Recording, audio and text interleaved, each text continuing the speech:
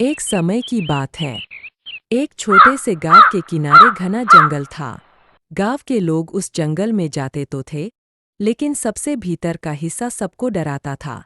लोग कहते थे कि वहाँ एक रहस्यमयी पेड़ है, जिसके नीचे अजीब अजीब आवाजें आती है। गांव में अर्जुन नाम का एक 14 साल का लड़का रहता था। वह बहुत जिज्ञासु था और हर नई चीज को देखने का मन करता था। एक दिन अर्जुन अपने दोस्तों के साथ जंगल में लकड़ी लेने गया। खेलते खेलते वह दोस्तों से दूर चला गया। चलते चलते वह एक पुराने बड़े पेड़ के सामने पहुंचा। उसकी जड़ें जमीन से बाहर निकली। को आया है यहाँ। अर्जुन चौंक गया। उसने इधर-उधर देखा, लेकिन कोई दिखाई नहीं दिया। उसने सोचा, शायद मेरी गलती से कोई पत्ता टूटा होगा। वह आगे बढ़ने ही वाला था कि आवाज फिर आई, इस बार ज्यादा पास से। रुको, यहाँ आओ। अर्जुन का दिल जोर से धड़कने लगा। डर के बावजूद उसकी जिज्ञासा बढ़ती जा रही थी। उसने पेड़ के पीछे झांका, तो वहाँ एक छोटा सा पत्थर जैसा दिखने वाला बक्सा पड़ा था। बक्से पर अजीब से निशान बने थे। अर्जुन ने जैसे ही उसे उठाया, अचानक चारों तरफ धुंध फैल गई। और तभी सामने एक बूढ़ा बाबा प्रकट हुए, सफ़ेद कपड़ों में, लंबी दाढ़ी और हाथ में लकड़ी का डंडा। बाबा ने कहा, बेटा, तुमने ये बक्सा पा लिया है तो अब तुम्हें एक काम करना होगा। अर्जुन डरते डरते बोला, कौन सा काम बाबा जी?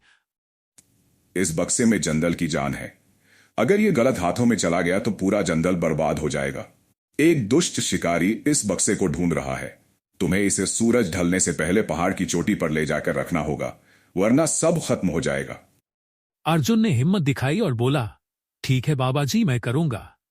बाबा ने मुस्कुराकर कहा, याद रखना, रास्ते में तुम्हें डराने वाली चीजें दिखेंगी, लेकिन वे सिर्फ छलावा होंगी।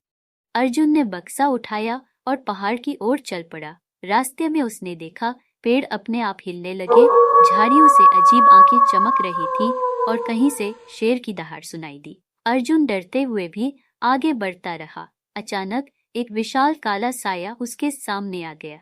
उसने गुर्रा कर कहा, बक्सा दे दो, वरना तुम्हें भी खा जाऊंगा। अर्जुन को बाबा जी की बात याद आई। ये सब छलावा है। उसने हिम्मत से कहा, तुम असली नहीं हो, मुझे रास्ता दो। जैसे ही उसने ये कहा, वो काला साया धुंध बनकर गायब हो गया। आखिरकार वह पहाड़ की चोटी पर पहुंचा और बक्सा एक बड़े पत्थर के नीचे रख दिया। अचानक आसमान में सुनहरी रोशनी फैल गई और बाबा जी फिर प्रकट हुए। बाबा ने कहा, बेटा, तुमने आज न सिर्फ जंगल को बचाया, बल्कि अपने डर पर भी जीत पाए।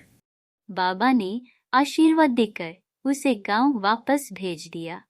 गांव लौटते समय अर्जुन के चेहरे पर डर नहीं बल्कि आत्मविश्वास की चमक थी। उस दिन के बाद गांव के लोग अर्जुन को जंगल का वीर कहने लगे।